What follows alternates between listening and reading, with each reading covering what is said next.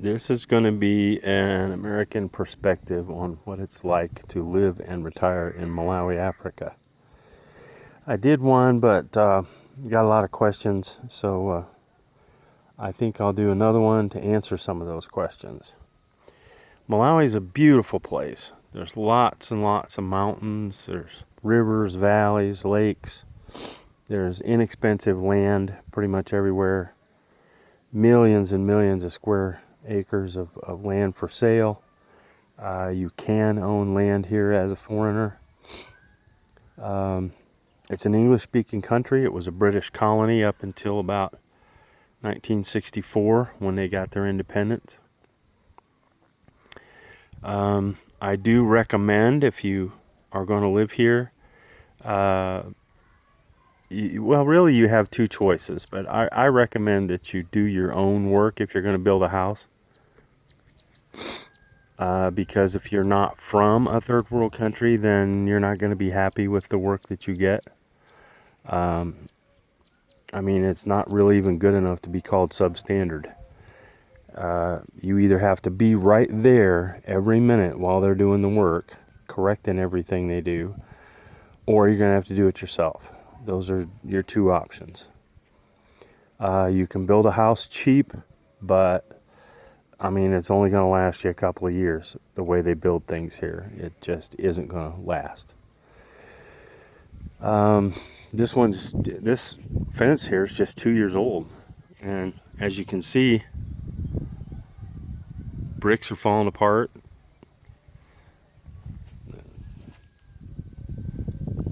The cement's cracked. This thing looks like it was built in the 50s.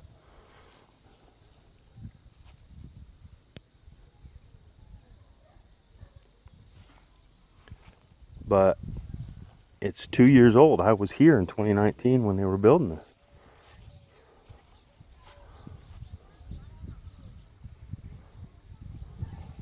Look at that. It's literally falling to pieces.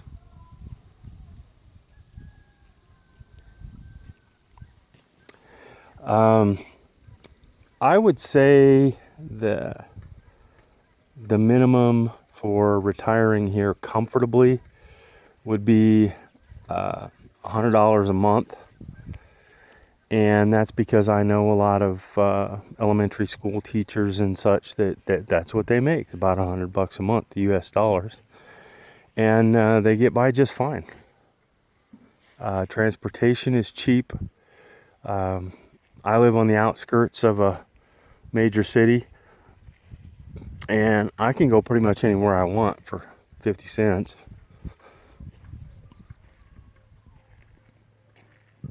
Maybe less than that. Well, if you are in good enough physical condition to ride on the little seat on the back of a bicycle, then you can do it for 25 cents. But if you need an actual car, then you're looking at 50 cents, maybe 75 cents, depending on how far you're going.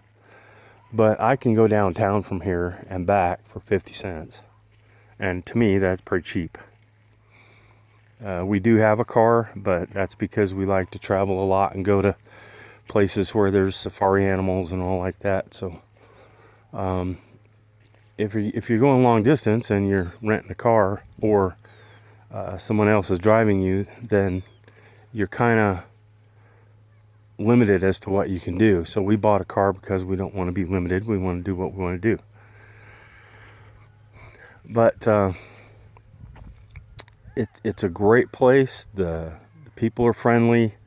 Crime is low because if I catch somebody in my compound here that doesn't belong, I can kill them, and it's perfectly legal. Nobody will say a word.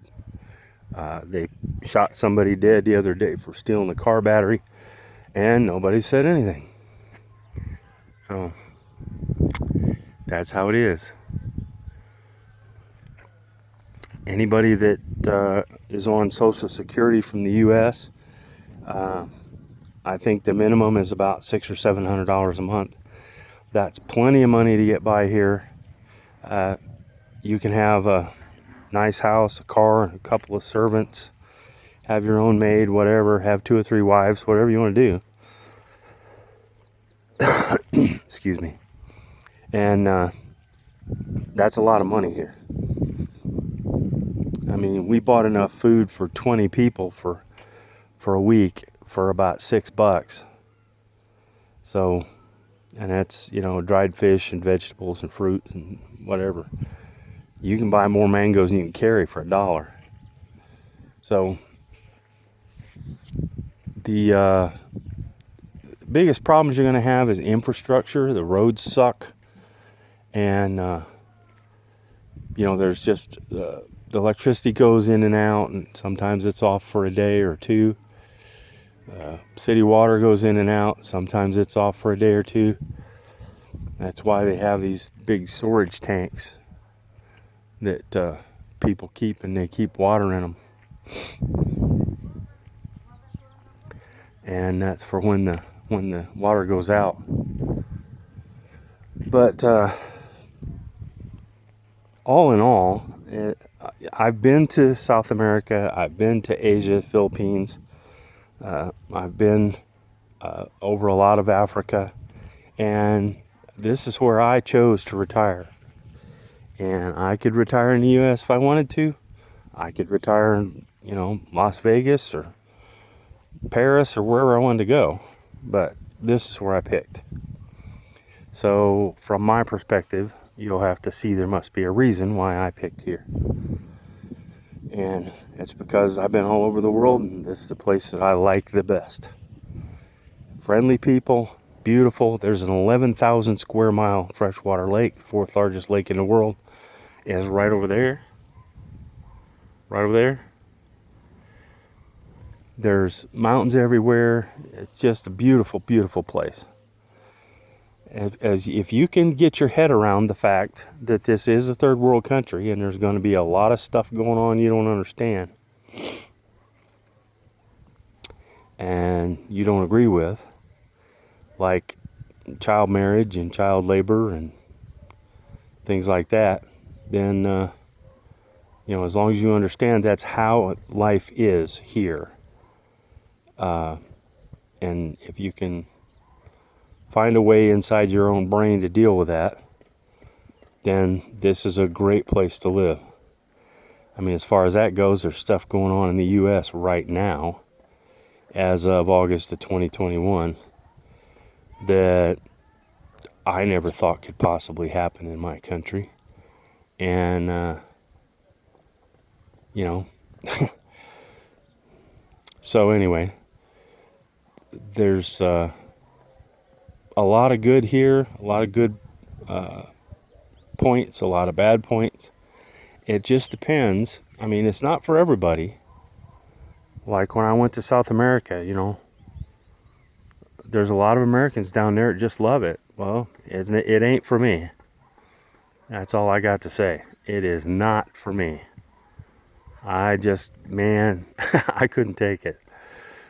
Philippines is great, but you know, it came right down to where I had to make a decision, and this is where I picked. So we'll be happy to answer any questions you may have. If you need to come here for a visit, why, just get a hold of us and we'll help you work it out.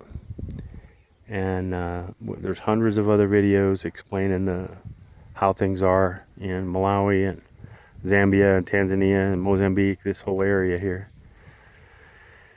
So be sure to like and subscribe. Thank you for your time.